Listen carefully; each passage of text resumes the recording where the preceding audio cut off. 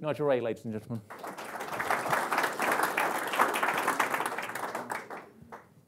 So Nigel, I keep on reading in the financial press that the UK market is uninvestable. Is it? I've always thought it's been said before, it's a market of stocks. I think if you invest in the stock market, I doubt you make any money at all. I think if you look at stats, the index is roughly where it was 20 years ago. I happened to look at Nissan the other day, because we've all been reading about the CEO and saying how good he was. And I thought, well, I'll just have a look and see what the Nissan shares have done, because that tells you how good somebody was. Well, they're at a 20-year low. And Martin Sorrell, for example, who's actually, I think he's very good in the early stages. But before he left WPP, they were at a 20-year low too. And he's meant to be a marketing genius. And I think, so I do think, it's been said before, but I think you've got to accept you're going to have your bloopers. If you're going to have 10 investments, some are going to die. I wish we didn't. But I don't think anybody's allowed 10 out of 10, as far as apart from liars. I don't think anybody's allowed 10 out of 10, and I think you have to have a winner. You have to have a massive winner, otherwise you're not going to make it. Something has to pay for the mistakes and for the so-so stocks. And you will only have a massive winner if you stay with it long term, because you're then compounding on compound. I mean, it's a very simple calculation. If you sell an investment at 100, and let's say you pay 30% capital gains tax, let's say. So you go down from 100 to 70. To get back from 70 to 100, where you started off from, is 42%. Can't be done.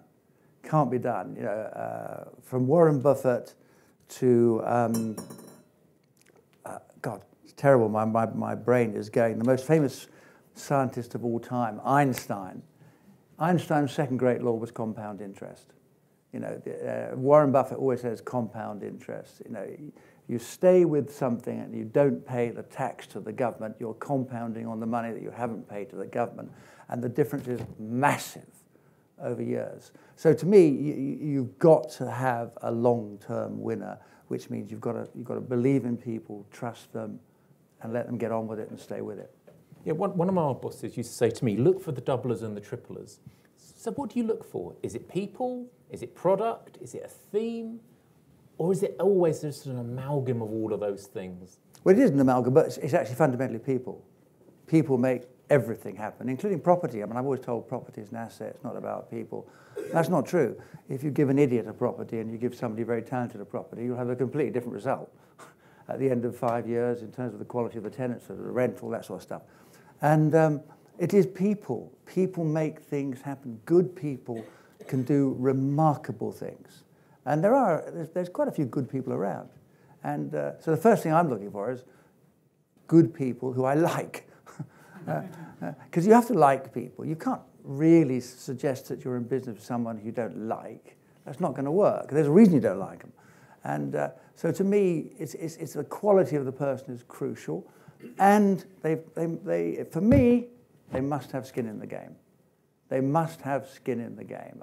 I mean, I look at all the FTSE chief executives who are paid a fortune for running a business pretty poorly, and you know, and they tell me they're interested in my investment. Of course, they're not.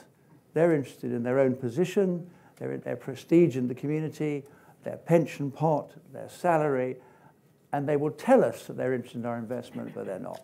They're not. It's only if you hold the investment that you really feel it. And I think the power of ownership is more about money. I think it's about a spirit and a general drive. And I think ownership is crucial. And personally, I won't invest unless someone's got real skin in the game. But we all see that, as you say, a certain proportion of investments just muck up.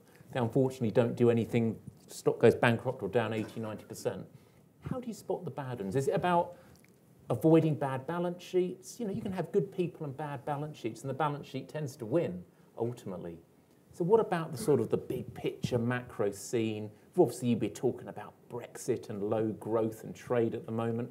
How does that impinge on even what sounds like good business ideas? I think with really small companies and startups, I mean, a bad balance sheet is what you've got. Because you know, you're not going to have any money when you're starting up, because you know, you've got to generate the profit, and that takes time. So, and I think you can look at, obviously, more mature companies. Yes, you can look at the balance sheet, and if they're geared to the eyeballs. Though, oddly enough, the richest man in the country, Jim Ratcliffe, yes, is geared to the eyeballs. And in 2008, he will probably tell you this himself, he could have gone bust, just like that. Boom. And that's what gearing does. If it goes your way, you're a hero. Goes the other way, you're zero. And so I think, yes, we can all look at a balance sheet. But to me, and actually a balance sheet to a certain extent is a reflection of the people running it. Because if the debts are all over the place and it's poorly organised, that's telling you about the people who run it. So, but by and large, it is about people. If it was as simple as getting PwC or KPMG to do a nice report on the company, tell you everything about it, so it was absolutely perfect, and then you just invest and make a lot of money, I'm sure we'd all discovered that one. But the reality is, you know, being a partner at KPMG or a partner at PwC, they'll make their money on their fees. I bet they're useless at investment. What's the best habit we all could employ in our sort of portfolio appraisal management? What is the thing that you regularly do, Nigel, that you think actually makes the most difference in your ultimate investment returns? I regularly cock up, for a start. So prepared to be wrong, basically. Well, that's the definition of a risk, isn't it? Yeah. I mean, you know, the greatest definition of a risk-free investment I've ever heard is one in which the risk is not yet apparent. You know, because there is always a damn risk, and I would hate to anybody to think that I'm passing advice, you know, out of always being a constant huge success, because I'm not. I mean, I make as many failures as everybody else does, and but what I do is I stick with it.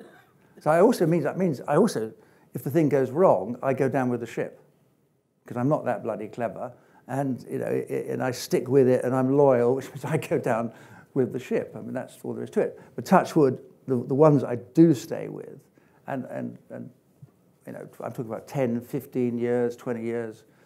Probably can't keep doing that, but somebody else has got different plans for me. But that pays off. But you've got to stick with it. You know, you've got to stick with it. And then, if you've got decent people running a decent business, you won't go far wrong. But sticking with it often means you've got that moment where you have to decide whether you double your holding or you quit. So does it come down to, at that moment in time when no doubt sentiment is compressed, the economic outlook looks very mixed, what really are you looking for? Does it ultimately still come down to people, or is it some kind of big theme, some kind of big idea that these people are espousing that they can take advantage of a mega trend out there? How much does that sort of big picture macro kind of backdrop really matter? I think you must trust your instinct. We're all given an instinct for some reason, and you must trust it. If you don't like someone or you don't trust it, trust your instinct. And then there is no one answer. I mean, I tend to ignore macro events. How do I know what's going to happen? And I look at the micro. Do I think this is a good business? Do I like the people? Does it basically make sense? Then I'll just stay with it. And I've found, you won't make short-term gains, but and the other thing that's extraordinary is that share prices are completely unpredictable in my view, because you know, if you think they go in a nice, steady, straight line, no, they don't. And you can be in a good business, and I've been in some very decent businesses over the years, and for about 4 or 5 years, nothing happened. You know, the business meandered, share price terms, the business meandered, went down a bit, you know, and then in 2 months flat, it trebles. And that's what happens with small companies. So they don't do the movement in a steady line. So you've actually got to be patient and accept that, you know, that you may have to wait a long time. And none of us know when that movement is going to take place. You know, if we did, it would be easy. We'd all pop in just before the movement took place.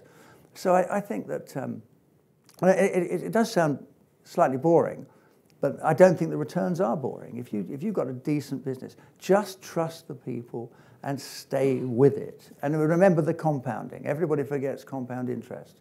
So the best thing for us all here to do if we don't have access to management teams at great events like this, is to go onto webcasts, access primary information. I mean, in today's information-heavy world, there's no excuse not to sort of hear directly from one of the managers of your companies. You can get onto their website and hear it for yourself. You don't need like a broker or something as you may have done in the past. Would you agree with that? Are any brokers in the room? I think one of the problems of the stockbroking industry is and I sometimes wonder why they even bother with someone like me, because if I buy something, then I'm there for the sake of argument 7 or 8 years later, that means they get one commission in 8 years. They'll go bust. They'll go bust. So the whole industry is built on the basis that they have to get you to deal, because they may. I'm not knocking them. That's just how it happens, and that means that we're all human beings. So they're not going to talk about that one down there, because that's gone down. But the one you've got a nice profit on, they'll say, "Well, Fred, I think we should take the profit on that one." You know, they don't add because that gives me a commission, but we'll take the profit because people only want to discuss good investments. Bad investments, as human beings, basically we don't like discussing them because they're painful.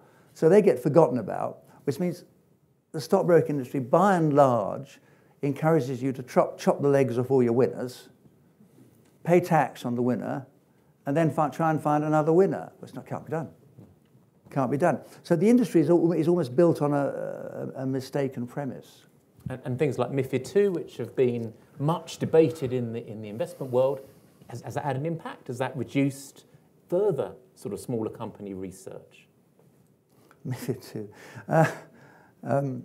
Again, I don't know quite how many regulators are in the room, but I mean, to me, the preponderance of regulation and committees and Christ knows what. I mean, you know, how do you keep the entrepreneurial flair going when you've got to turn up to 28 committees? I mean, you know, it can't be done, which is why I have no interest in large companies whatsoever, because they are just caught in this enormous bureaucracy that builds up. And I sometimes wonder if bureaucracy can ever be stopped, because no government will ever stop it, because you know, in various parts of the country, well over half, maybe 60% of the country works for the government in some form of bureaucratic trade. So they're not going to lose the election, so they're not going to do much about it.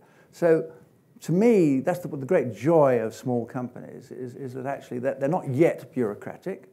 They will be if they're really successful, but they're not yet bureaucratic. They've got still that passion and drive of entrepreneurial flair, which is why I believe that's where you want to be, and it's a lot more fun. I had to answer a few questions in the preamble to this event. And one of the questions was, what are you most worried about, Brexit or Corbyn? What are you most worried about, Nigel? Or both, maybe? Corbyn. Oh, I think Mr. Corbyn will be an absolute disaster. You know, because Mr. Corbyn had that great phrase for the last election, which was for the many, not the few. And I just said, but for God's sake, don't neglect the few, because the many never do anything. That's what happens.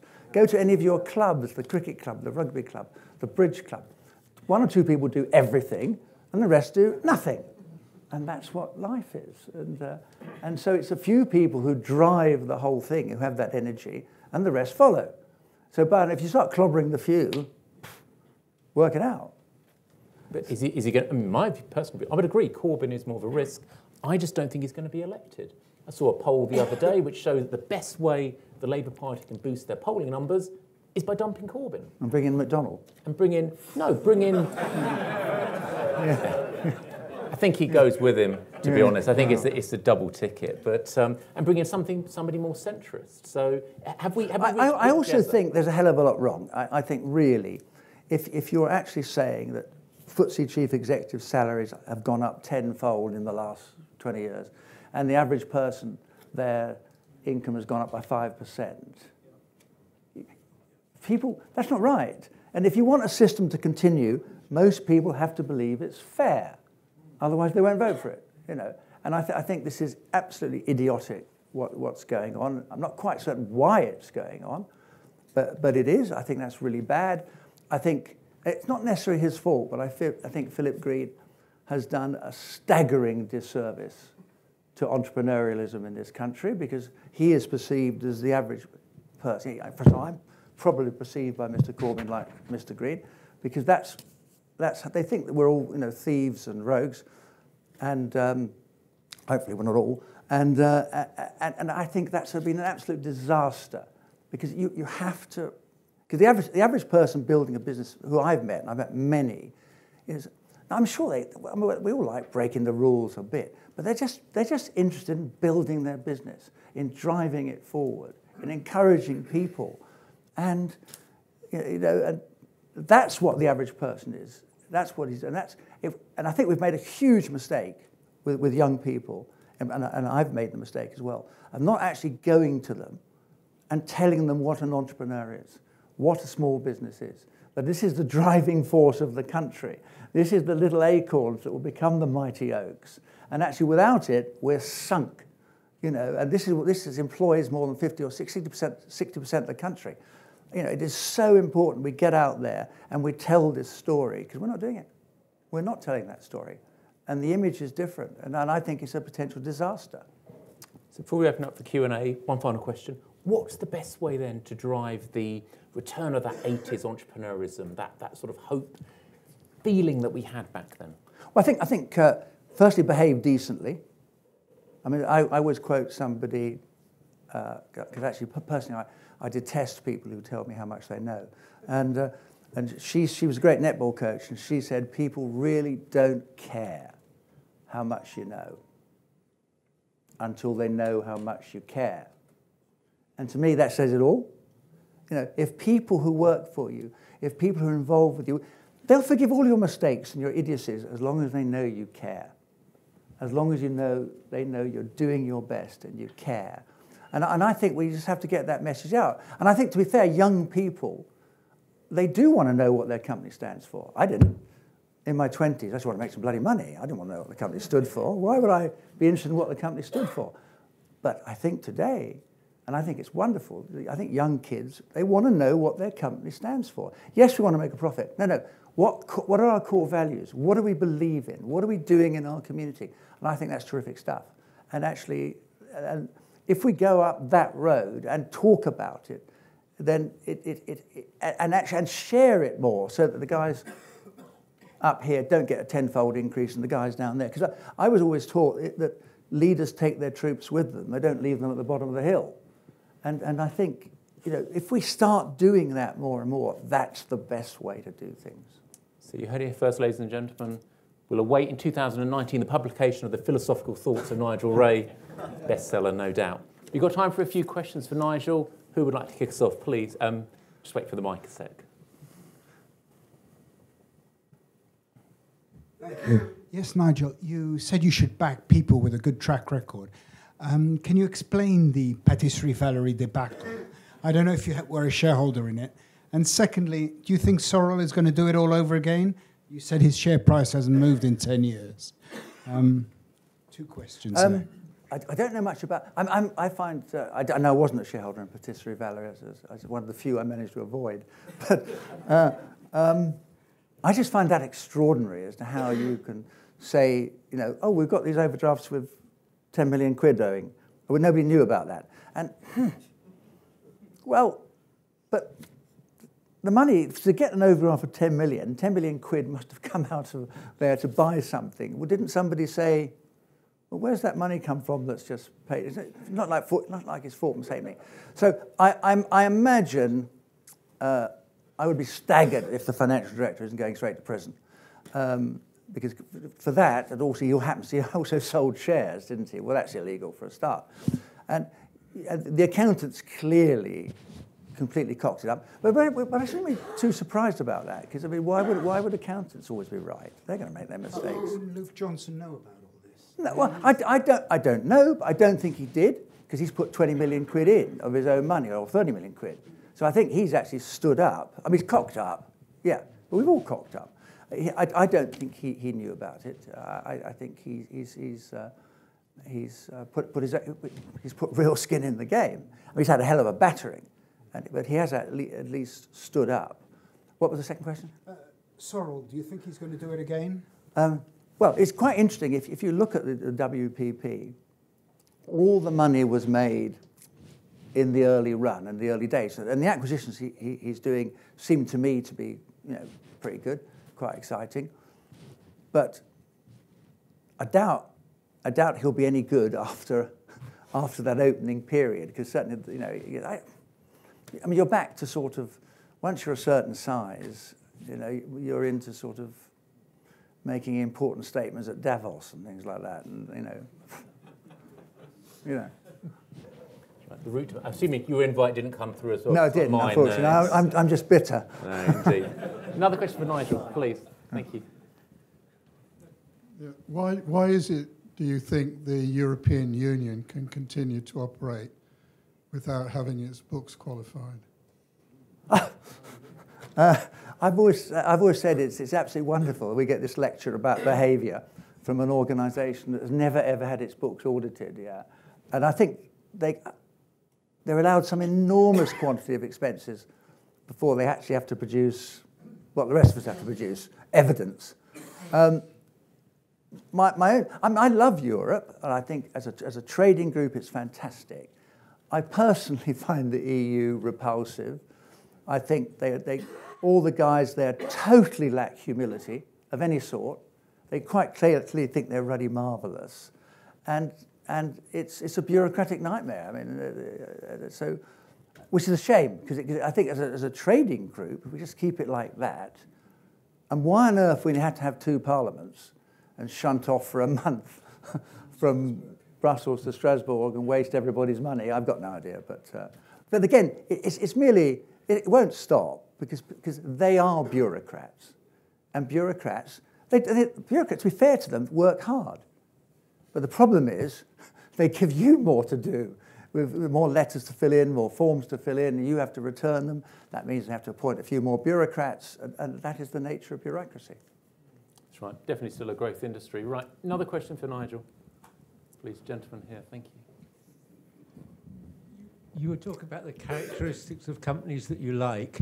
How do you feel about dividends? I like them. And it's very interesting, dividends, because, I'm not certain Berkshire Hathaway pays a dividend, does it? And that's one of the most successful companies the world's ever seen. So the Americans aren't into dividends. No, they're not. And yet I regard dividends are at least a proof that you're generating some cash and you can afford to pay a dividend. Well, it could be a Ponzi scheme, which could be how you pay dividends, half the shareholders' money. Yeah, I thought we were ruling out fraud. I didn't know I didn't know we were including that. But it's very interesting, because I've seen many companies over many years start off with no yield, and they're now yielding. Over 10 years, the yield's gone up to sort of 4.5%. Not bad. That's not bad. But at the end of the day, for me, the real point of a dividend is if it increases the capital value, because I want the capital value to go up, because A, you pay a lot less tax, and B, you're back to this compounding thing as well. Well, I think it also gives the directors the same interest as the shareholder if they're paying a dividend. If they've got some stock. Yeah. Yeah. Well, most of them have, as you know, bugger all in big companies, so they don't care, I would argue. Yeah. They would argue different. Yeah, I mean, it seems to me that dividends at the moment you get a very good pickup yield from even FTSE 100 investments versus the bank account. So you can't get that pessimistic about the stock market. That's another story, though. Perhaps a couple more questions. The gentleman at the back. Would you mind talking about some of the attributes of franchise businesses that you like? Perhaps talk about franchise brands itself.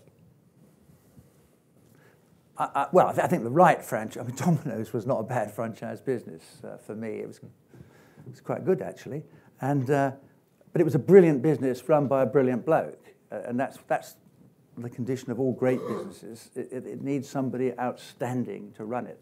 But a franchise business, the formula is fantastic. I mean, you're using somebody else's capital, and you get a royalty, which is what I call top line stuff. So it's therefore far more valuable than bottom line stuff.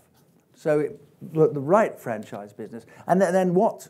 As it was Stephen Hemsley who ran Domino's, and what he reversed was, don't screw the franchisees and try and take every penny off them. No.